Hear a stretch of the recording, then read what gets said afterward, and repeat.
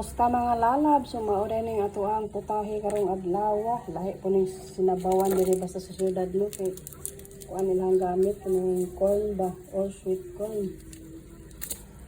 So mao ni ato ang giluto karon nga paniudto. Ano na siya? Beef. So medyo ano na yan, 1 hour ko na itong pinalambot. Yan, lagyan natin yung ano, red bell pepper or achal o siyempre yellow corn or sweet corn. Yan, 2 piraso at saka mahiwagang lemongrass o tanglad. Ayan. So, palambutin pa natin yan ng mga ano na lang, 30 minutes siguro. So, mamaya ko na sunod yung gulay. Yung dahon ng gulay, this is it. So, ito sa siyang butangan ulit. Lagyan ng kunting asin.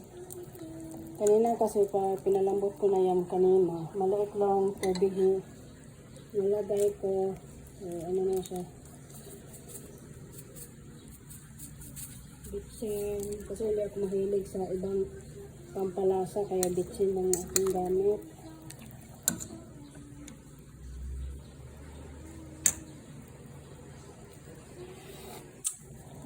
Yummy.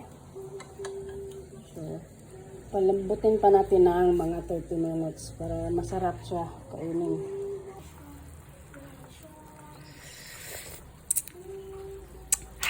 Yummy! Siyempre, lagyan natin ang gulay. Okay. Ang gulay na may spring onion din. Sinabay ko na.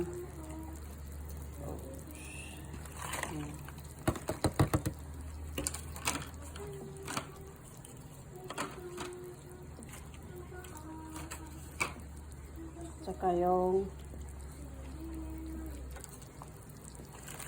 labuyo. Labuyo ba yan mga lalap? Okay, yun na sumagot. Kaya comments below. Libre naman kayo na sumagot dyan.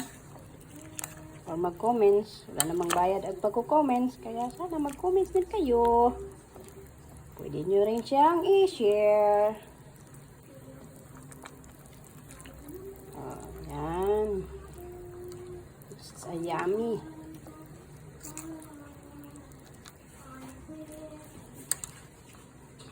Medyo matagal mga ilang ano na rin hindi kami luto ng sabaw na ano, beef. Iba dito, meron silang ano, sweet corn.